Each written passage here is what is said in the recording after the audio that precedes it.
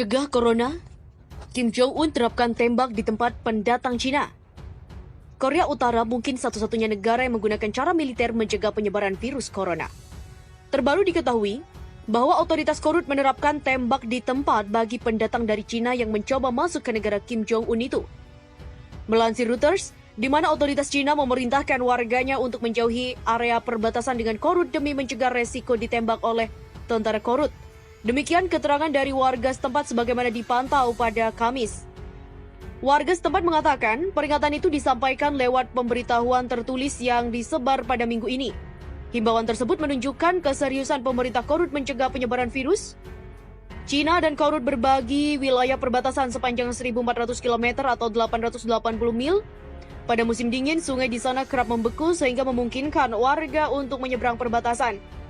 Warga Cina di kota Jian dan kota Baishan menerima peringatan mereka yang berada terlalu dekat dengan perbatasan kemungkinan akan ditembak oleh aparat dari Korut, demikian informasi dari 3 penduduk setempat. Perbatasan tentara Cina di kota Jian dengan Korut ditandai dengan aliran sungai Yalu yang mengalir di wilayah kedua negara itu. Menurut peringatan tersebut, warga 2 kota di Tiongkok itu dilarang memancing, menggembalakan ternak atau membuang sampah dekat sungai. Korut juga meminta Cina agar meningkatkan penjagaan di perbatasan demi mencegah kemungkinan ada warganya yang tertembak. Mengingat Korut telah mengingatkan dan juga meningkatkan status waspada terhadap virus corona jenis baru pada level tertinggi. Petugas keamanan akan mengawasi wilayah perbatasan selama 24 jam sehari dan tiap orang yang ditemukan atau mendekati perbatasan akan ditahan oleh kepolisian Cina. Demikian kata otoritas setempat dalam surat peringatan itu. Mereka memaksa mendekati perbatasan akan ditembak oleh tentara Korut. Pegawai urusan propaganda di Jian yang menolak menyebut namanya mengonfirmasi isi peringatan tersebut dan mengatakan petugas di perbatasan itu juga mengeluarkan larangan yang sama melalui pesan singkat. Sebelumnya tentara Korut telah menembak mati warganya yang diduga terinfeksi, namun melarikan diri untuk menolak dikarantina. Lansir thesun.co.uk mengutip surat kabar Korea Selatan Dong Libo beberapa waktu lalu. Sementara itu di tengah langkah Tiongkok untuk menjelma menjadi kekuatan ekonomi besar dunia untuk menyaingi Amerika Serikat, wabah virus corona tiba-tiba datang dan menjadi penanda akan terjun bebasnya perekonomian negeri tirai bambu. Tidak hanya itu, wabah tersebut juga dinilai akan menjadi presiden bagi kejatuhan Presiden Tiongkok Xi Jinping. Benarkah demikian? Dalam pidatonya ketika memperingati HUT ke-70 Tiongkok di bawah pemerintahan Partai Komunis Tiongkok pada 1 Oktober 2019 lalu, Presiden Tiongkok Xi Jinping dengan optimis menyebut bahwa tidak ada kekuatan yang dapat mengguncang Tiongkok. Begitupun dengan menegaskan tidak ada pula kekuatan yang dapat menghentikan bangsa Tiongkok untuk terus maju. Menariknya, 2 bulan berselang, virus corona hadir dan menjelma menjadi kekuatan destruktif yang mungkin tidak pernah dibayangkan oleh Xi Jinping. John Lonsky dalam tulisannya Coronavirus May Be a Black Swan Like No Other menyebutkan bahwa virus corona menjadi semacam Black Swan bagi ekonomi Tiongkok bahkan dunia. Black Swan atau angsa hitam sendiri adalah istilah yang dipopulerkan oleh polimatematikawan Nassim Nicholas Taleb untuk merujuk pada peristiwa langka berdampak besar, sulit diprediksi dan sulit diperkirakan. Memang tidak berlebihan, virus tersebut justru muncul di tengah dikdayanya ekonomi Tiongkok ataupun dalam sengitnya perang dagang dengan Amerika Serikat. Konteksnya juga menjadi semakin menarik karena virus corona tersebut pertama kali diidentifikasi di kota Wuhan. Pasalnya, Wuhan merupakan kota tempat persimpangan jalur kereta api yang menghubungkan semua kota-kota besar Tiongkok. Kemudian, Wuhan adalah satu-satunya kota yang memiliki bandara dengan penerbangan langsung ke 5 benua di Tiongkok Tengah. Tidak hanya itu, kota yang dijuluki sebagai Qiu Sheng Tongqiu atau yang berarti jalan utama dari 9 provinsi tersebut juga merupakan kota manufaktur besar yang salah satu fokus utamanya memproduksi peralatan medis. Setelah vitalnya kasus status Wuhan bagi Tiongkok itu membuat politikus Pakistan Rehman Malik untuk menyebutkan bahwa virus corona adalah virus jenius karena menyasar sasaran yang begitu strategis. Tentu, pertanyaannya, seberapa jauh wabah virus corona ini akan menjadi menampar bagi pernyataan optimis Xi Jinping tersebut? Peter S. Goldman dalam tulisannya SARS dan The Global Economy, The Coronavirus is a Greater Menace, memperkirakan bahwa wabah virus corona akan memberikan penurunan pertumbuhan ekonomi sebesar 0,5% bagi Tiongkok tahun ini. Namun tidak sampai di akhir tahun, pada kuartal 2020 saja, Tiongkok disebut telah mengalami penurunan pertumbuhan ekonomi sebesar 0,5%, di mana pertumbuhan ekonomi Tiongkok saat ini kisaran angka 0 di angka 5,5%. Getirnya Bank Investasi dan Broker Retail asal AS, Morgan Stanley bahkan menyebutkan pada kuartal 1 2020, pertumbuhan ekonomi Tiongkok hanya akan tumbuh sebesar 3,5%. Kenneth Raposa dalam tulisannya Coronavirus Impact menyebutkan bahwa pekerja Tiongkok yang kembali bekerja sampai saat ini hanya sebesar 15%. Kondisinya juga diperparah di tengah larangan berbagai sektor seperti impor, ekspor, hingga penerbangan. Di berbagai sektor lainnya seperti pariwisata, industri, film, usaha retail, bursa saham, hingga manufaktur juga telah mendapatkan tamparan hebat di sektor pariwisata. Industri film dan usaha retail diperkirakan Tiongkok akan menelan kerugian sebesar 150 miliar US dollar atau sekitar 2.137 triliun rupiah. Kemudian akibat wabah virus corona, nilai kapitalisasi pasar bursa saham Tiongkok telah menguap sebesar 420 miliar US dollar atau sekitar 5.800 triliun.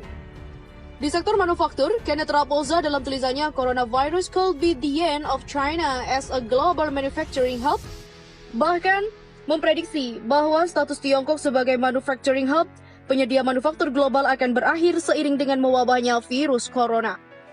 Sebagaimana diketahui, berdasarkan data United Nations Statistics Division, Tiongkok merupakan penyumbang 28% sektor manufaktur global pada 2018, di mana angka itu jauh melebihi Amerika Serikat yang hanya berkisar 16%. Dengan total pendapatan sebesar 4 triliun US dollar atau sekitar 56.964 triliun rupiah, sektor manufaktur menyumbang sebesar 30% dari total pendapatan ekonomi Tiongkok pada 2018. Melakukan kalkulasi sederhana, jika hanya 15% pekerja Tiongkok yang kembali bekerja, mudah untuk menyimpulkan bahwa itu akan mengakibatkan banyak pabrik menjadi vakum, di mana hal itu dapat memicu gejolak sosial, ekonomi, dan INJ. Iris Peng juga menyebutkan bahwa telah timbul rasa ketidakpastian dari para pekerja terkait kapan pabrik akan kembali bekerja. Menurut Kenneth Raposa, berakhirnya Tiongkok sebagai manufacturing hub tidak hanya soal wabah virus corona, melainkan juga karena faktor perang dagang yang telah dilakukannya dengan AS. Menariknya, kendati terjadi perang dagang, berbagai perusahaan AS justru memiliki banyak pabrik manufaktur di Tiongkok. Berbagai perusahaan semikonduktor AS misalnya diketahui sangat mengakar di negeri tirai bambu dan bahkan menyumbang pendapatan yang sangat signifikan. Sebut saja pelanggan Intel di Tiongkok yang disebut menyumbang pendapatan sebesar 20 miliar US dollar atau sekitar 274 triliun, di mana hal itu merupakan 28% dari total pendapatan pada 2019. Lalu ada pula pembuat chips ponsel Qualcomm yang juga begitu bergantung pada Tiongkok karena memperoleh 47% dari pendapatan tahunannya, hampir 12 miliar US dollar atau sekitar 164 triliun dari penjualan di negara tersebut. Akan tetapi, sebagaimana disebutkan oleh Jen Warren dan Alba Battery dalam tulisannya, US companies face crucial test over China's factory shutdown. Wabah corona telah menimbulkan kekhawatiran bagi perusahaan asal AS terkait keberadaan berbagai pabrik manufakturnya yang berada di Tiongkok.